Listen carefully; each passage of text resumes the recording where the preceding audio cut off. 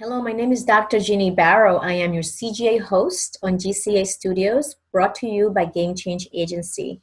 I'm also the CEO and founder of Fearless Women at Work. And today we're having a courageous conversation with Amy Feng.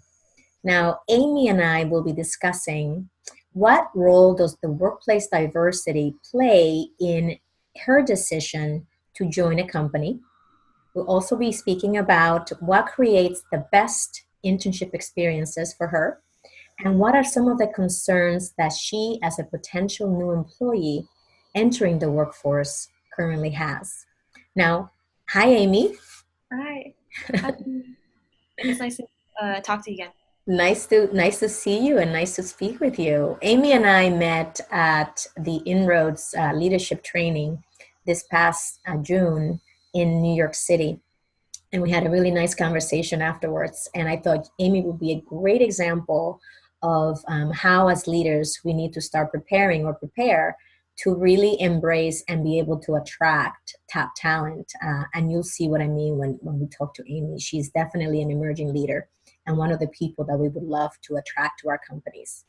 So let me tell you a little bit about Amy. Amy is a full-time sophomore at Fordham University. She's majoring in computer science and mathematics.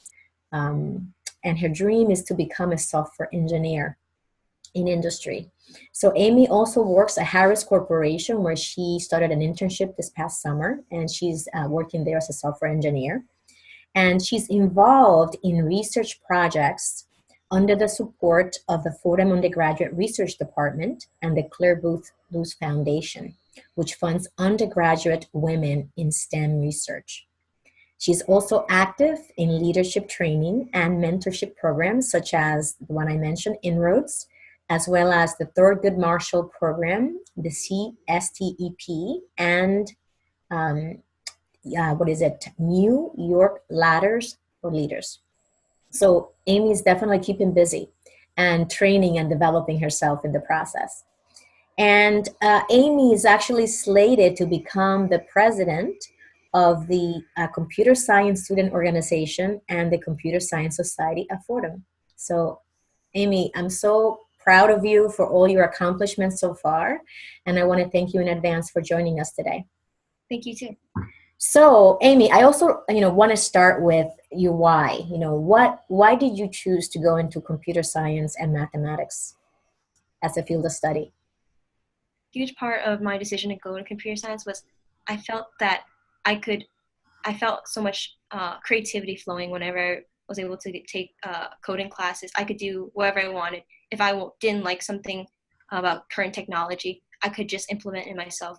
For example, my favorite game is Tetris, and I don't like how the consoles these days are big and I love using a joystick, so I made my own. I programmed Tetris myself on a little Arduino and built the console myself because that's my preference. So if I don't like something, I could always make it, so I can always improve. In school, if something is tedious, or when I had to take chemistry, if I didn't like to repeat doing balancing equations, I would make a program for myself to do all my homework, so I didn't have to do it constantly. So Genius. that's why I really love computer science. I get so much creativity flowing. I can do so much with what I've learned. And that is a great angle because I know when I was a computer science student as well, I always felt that I was using my imagination in such a way that the same problem could be solved different ways by the person who's doing the programming. So I always enjoy the creative part of computer science as well. And you think that it's a science, so it's not much creativity, but it's actually the opposite. That's Very excellent. true. So why don't we just dive right in, Amy, and let's talk about the first topic that we're going to discuss, which is what role does the workplace diversity play in your decision to join a company? What are some of the things that you would look for in a company as you interview when you graduate in a couple of years from Fordham?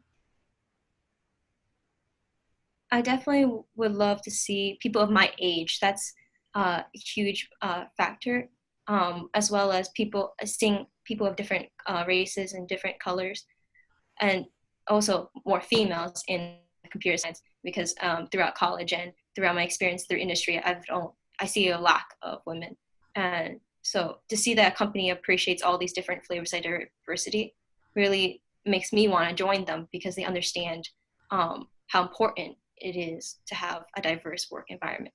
For example, I've seen like my friends and different coworkers join companies and they realize it's not very diverse. They don't feel they're the only fresh out of college student. They're only, and then the rest of the coworkers are 20 years older than them. It's not that they don't enjoy the company of the workers. It's just there's an age gap, and that kind of makes them feel a little uncomfortable.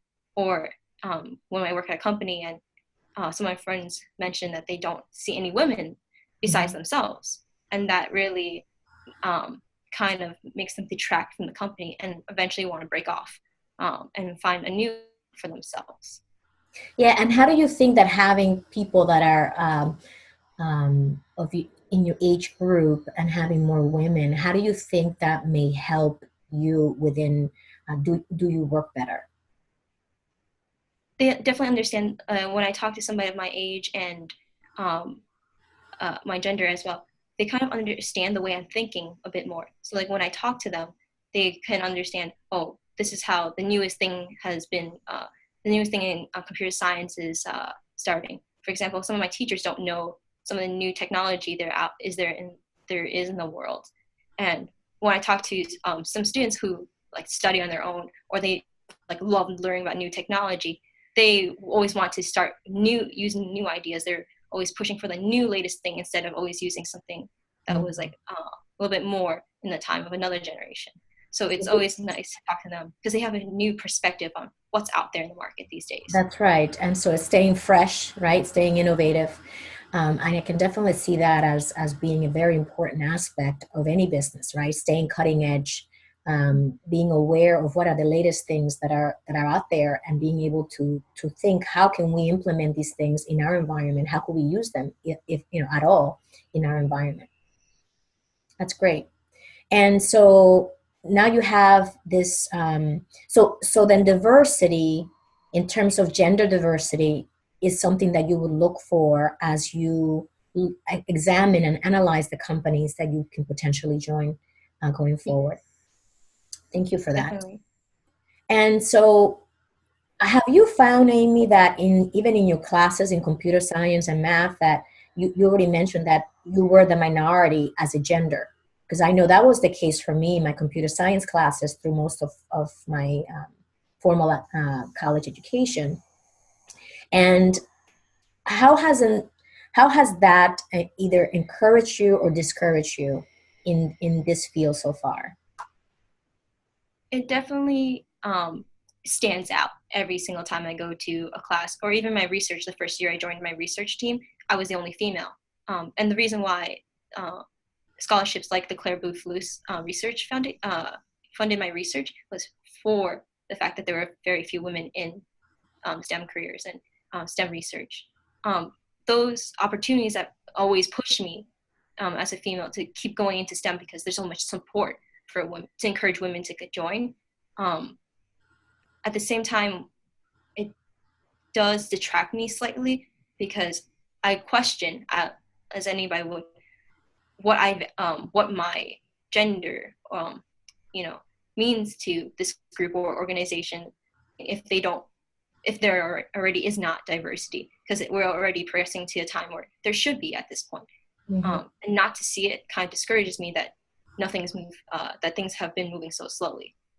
Things are moving very slowly. And the good news is that more and more companies are keenly aware of this and are taking great measures to make sure that we are actually looking at the whole talent pool, and that unconscious biases and things that are keeping managers from hiring diversity, that those are being addressed proactively. So that is the good news for you and for those of us who are already out here in industry, especially women.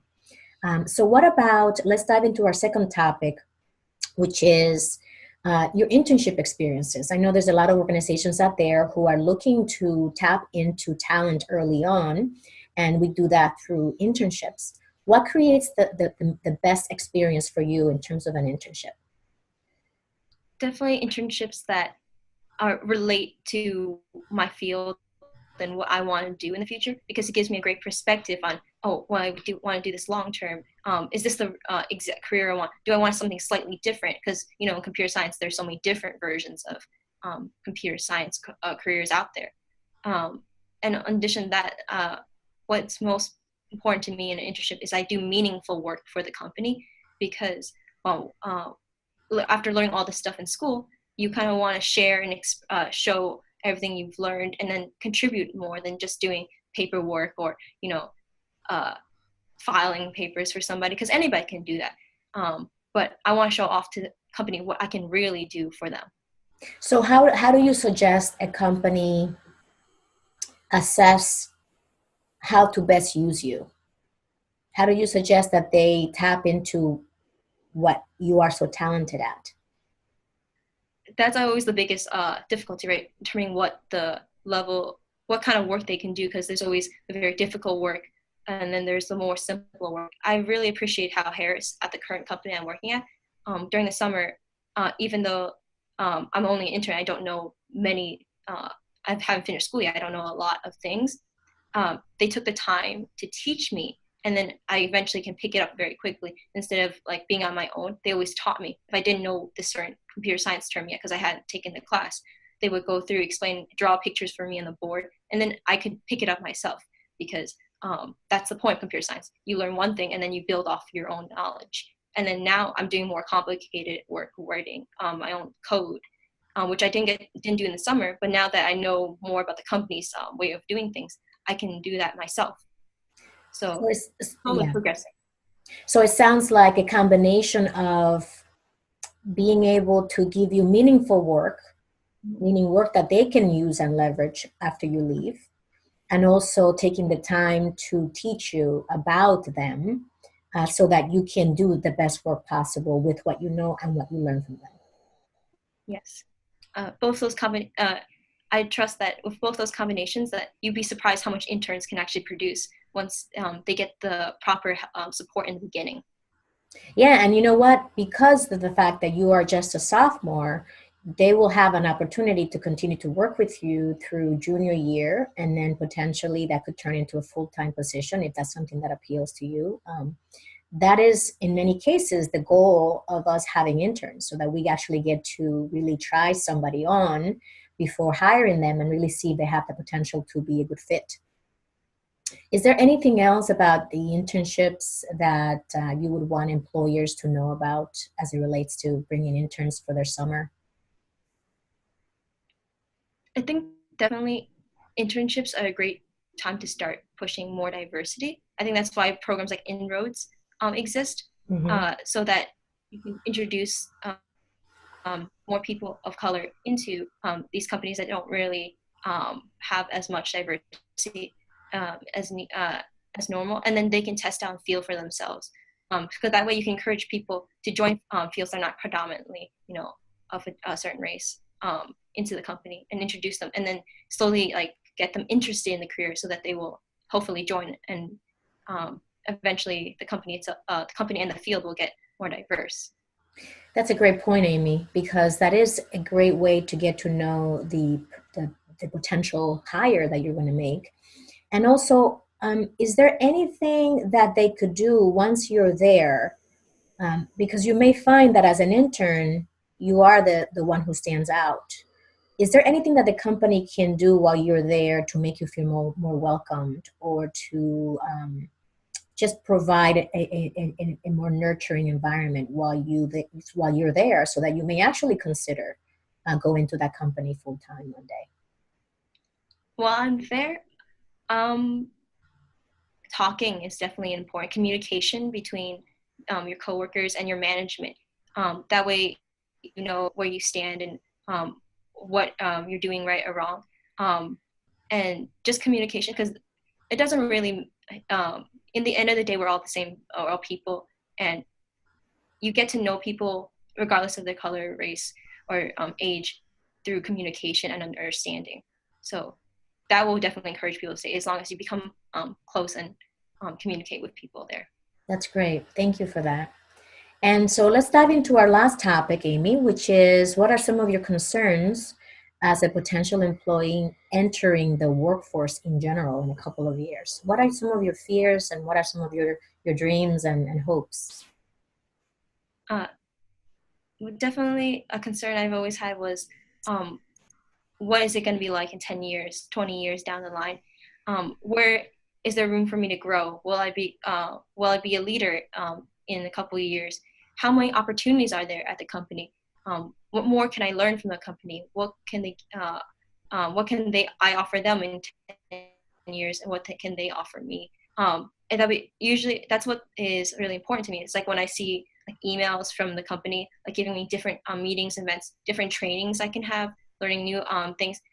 Uh, Companies that offer graduate programs. That way, I can like build myself for the years for the company and myself.